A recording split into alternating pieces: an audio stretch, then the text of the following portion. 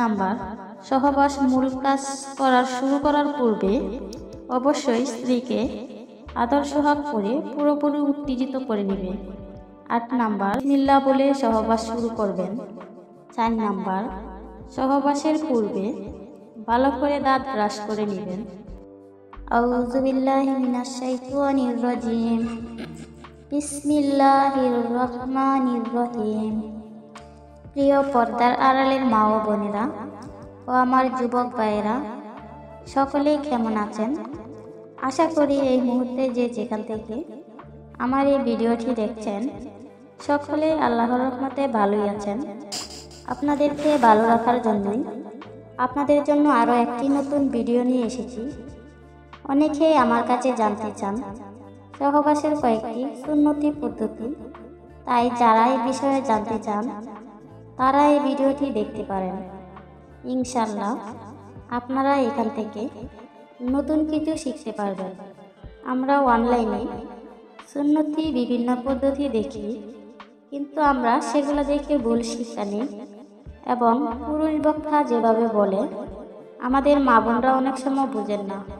তাই মা বোনরা যেন সহজেই বুঝতে পারেন, তাই আমি সহজ সরল ভাষায় বলেছি।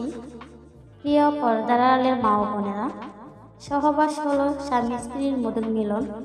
বিবাহের মাধ্যমে আল্লাহ তাআলা সহবাসকে হালাল করেছেন, আর বিবাহ ছাড়া সহবাস করা হারাম ও কবিরা গুনাহ।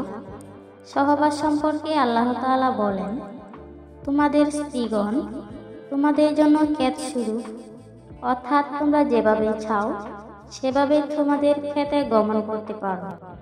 আল্লাহ তাআলা আরও একটি আয়াতে আরও সুন্দরভাবে আমাদেরকে বুঝিয়ে দিয়েছেন, স্বামী স্ত্রী একে অপরের পোশাক শুরু, অর্থাৎ স্বামী স্ত্রী একজন আরেকজনের অঙ্গ।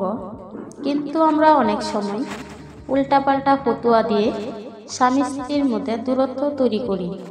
কেউ বলে এভাবে সহবাস করবেন না, আর কেউ বলে ওইভাবে সহবাস করবেন না, সহবাসে এই কাজ করা হারাম। আরে ভাই, সবই যদি হারাম হয় তাহলে হালাল হবে কি? তাই আমি তাদের উদ্দেশ্যেই বলবো, সহবাসে সব কিছুই জায়েজ, শুধু দুই একটি আদব আপনার মাথায় রাখতে হবে। 1 নাম্বার, স্ত্রীর পায়ুপথে সহবাস করবেন না। 2 নাম্বার, স্ত্রীর মাসিকের সময় সহবাস করা হারাম। এছাড়া সহবাসের কয়েকটি সুন্নতি পদ্ধতি আছে, আমি তার মধ্যে আজকে আপনাদের সামনে 10টি সুন্নতি পদ্ধতি আলোচনা করব। তো আমি পদ্ধতিগুলো আলোচনা করছি, তার আগে আপনাদের কাছে একটা প্রশ্ন, আপনারা কি আমার কথা বুঝতে পারেন? যদি বুঝতে পারেন তাহলে কমেন্টে 1 লিখুন, আর যদি না বুঝতে পারেন তাহলে কমেন্টে 2 লিখুন, আর যদি সরাসরি আমার কাছ থেকে বুঝতে চান তাহলে কমেন্টে 3 লিখুন। এবং ভিডিওর নিচে নাম্বার দেওয়া আছে, সরাসরি আমাকে কল করুন। তো আমি ধাপে ধাপে পদ্ধতিগুলো আলোচনা করব। তার আগে চলুন আমরা একবার নবীর উপর দুরূদ পড়ি, সাল্লাল্লাহু আলাইহি ওয়াসাল্লাম।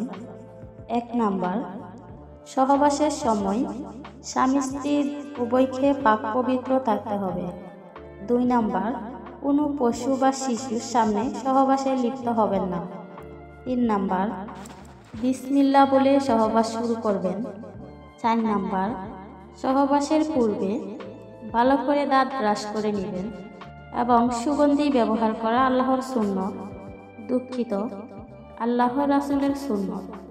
5 নাম্বার, দুর্গন্ধ জাতীয় জিনিসগুলো পরিহার করা উচিত। ধূমপান বা পরিষ্কার থাকার কারণে মুখে দুর্গন্ধ সৃষ্টি হয়, এতে করে সহবাসের বাধা তৈরি হয়। 6 নাম্বার, পর্দা গেরাস্তানে সহবাস করবেন। 7 নাম্বার, সহবাস মূল কাজ শুরু করার পূর্বে অবশ্যই স্ত্রীকে আদর সোহাগ করে পুরোপুরি উত্তেজিত করে নেবে। 8 নাম্বার, কোনোভাবেই খেবলামুখী না হওয়া। 9 নাম্বার, স্বামী স্ত্রী উভয়কে একেবারে উলঙ্গ না হওয়া। 10 নাম্বার, বীর্যপাতের পর সাথে সাথে আলাদা হবেন না, বরঞ্চ স্ত্রীর বীর্যপাত হওয়া পর্যন্ত অপেক্ষা করবেন। প্রিয় পর্দার আড়ালের মা ও বোনেরা, এই ছিল সহবাসের 10টি উন্নতি পদ্ধতি। তো ভিডিওটি কেমন লেগেছে কমেন্টে জানাবেন। আর কেমন ভিডিও দেখতে চান তাও কমেন্টে জানাবেন। তো এই ভিডিওটি এখানেই শেষ করলাম।